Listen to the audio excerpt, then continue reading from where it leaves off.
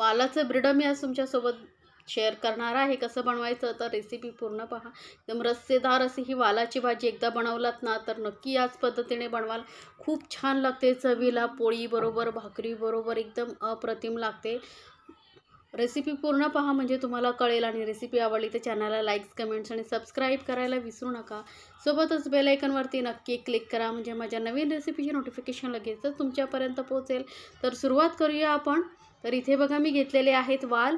तर पाव किलो वाल मी मोड आलेले वाल घेतलेले आहेत सोलून.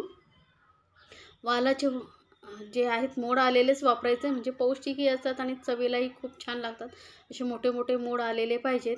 8 तास मी वाल भिजत ठेवले होते आणि रात्रभर बांधून ठेवले होते आणि सकाळी मी सोलून याच्यात आपण भाजी करणार. तर त्यासाठी आधी आपण एक चटणी बनवून घेणार आहोत. तर तवा घेतलेला आहे लोखंडी, त्यावरती 2 चमचे तेल घेते.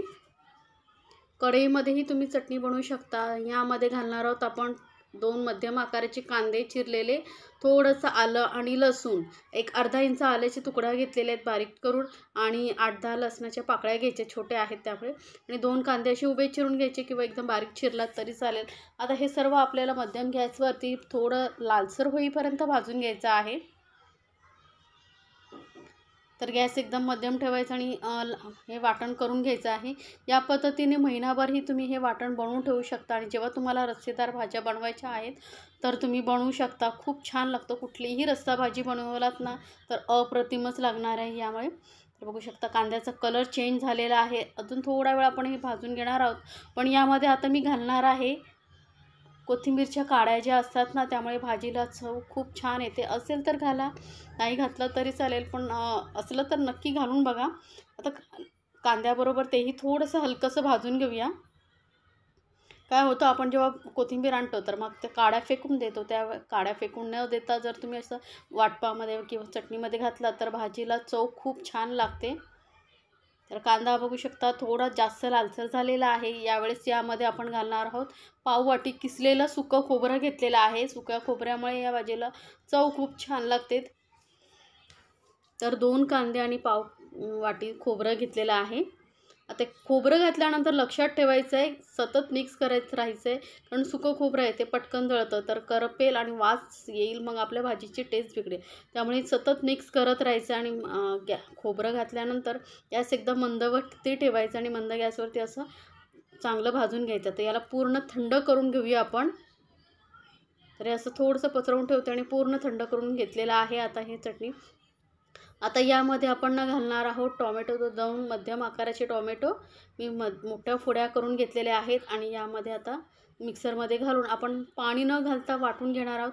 जर वाटलंच तर थोडंसं पाणी घालू शकता, पण सुरुवातीला वाटताना पाणी घालू नका. नाहीतर काय होतं आपण जेव्हा फोडणी देतो ना तेव्हा ते उडतं पाणी असल्यामुळे. आता बघू शकतो एकदम बारीक वाटून घेतलेलं आहे. आता वळूया आपण गॅसकडे. गॅसवरती कढई ठेवली आणि त्यामध्ये 2 चमचे तेल घेतलेलं आहे. तेल गरम झालं की यामध्ये घालूया कढीपत्ता. थोडा जरा जास्त प्रमाणात कढीपत्ता घाला. कढीपत्त्याचा फ्लेवर खूप छान येतो. आणि आपण जी चटणी बनवून ठेवली होती ती सर्व घालून घ्यायची आहे. बघू शकता टोमॅटोमुळे काय होतं, वाटताना पाणी घालायची गरज नाही पडत. टोमॅटोच्या ओलसरपणामुळे चटणी चांगली वाटली जातं आणि एकदम बारीक वाटून घ्यायची. आता ही गॅस एकदम मिडियमवरती ठेवून आपण ही चटणी थोडा वेळ परतून घेऊया. तेलामध्ये मस्त परतून घेतली ना का भाजीला चव खूप छान लागते. त्यामुळे थोडी घाई करू नका. थोडा एकदम मंद गॅसवरती किंवा मीडियम गॅसवरती थोडा वेळ चटणी परतून घ्या म्हणजे टोमॅटोचाही कच्चेपणा निघून जातो. आता यामध्ये पाव चमचा हळद घातलेली आहे मी आणि 1 चमचा लाल मिरची पावडर घातलेली आहे. तुम्हाला तिखट किती भाजी हवी त्यानुसार तुम्ही लाल मिरची पावडर कमी जास्त करू शकता. एक अर्धा चमचा धने पावडर घातलेली आहे आणि अर्धा चमचाच इथे मी गरम मसाला पावडर घालते.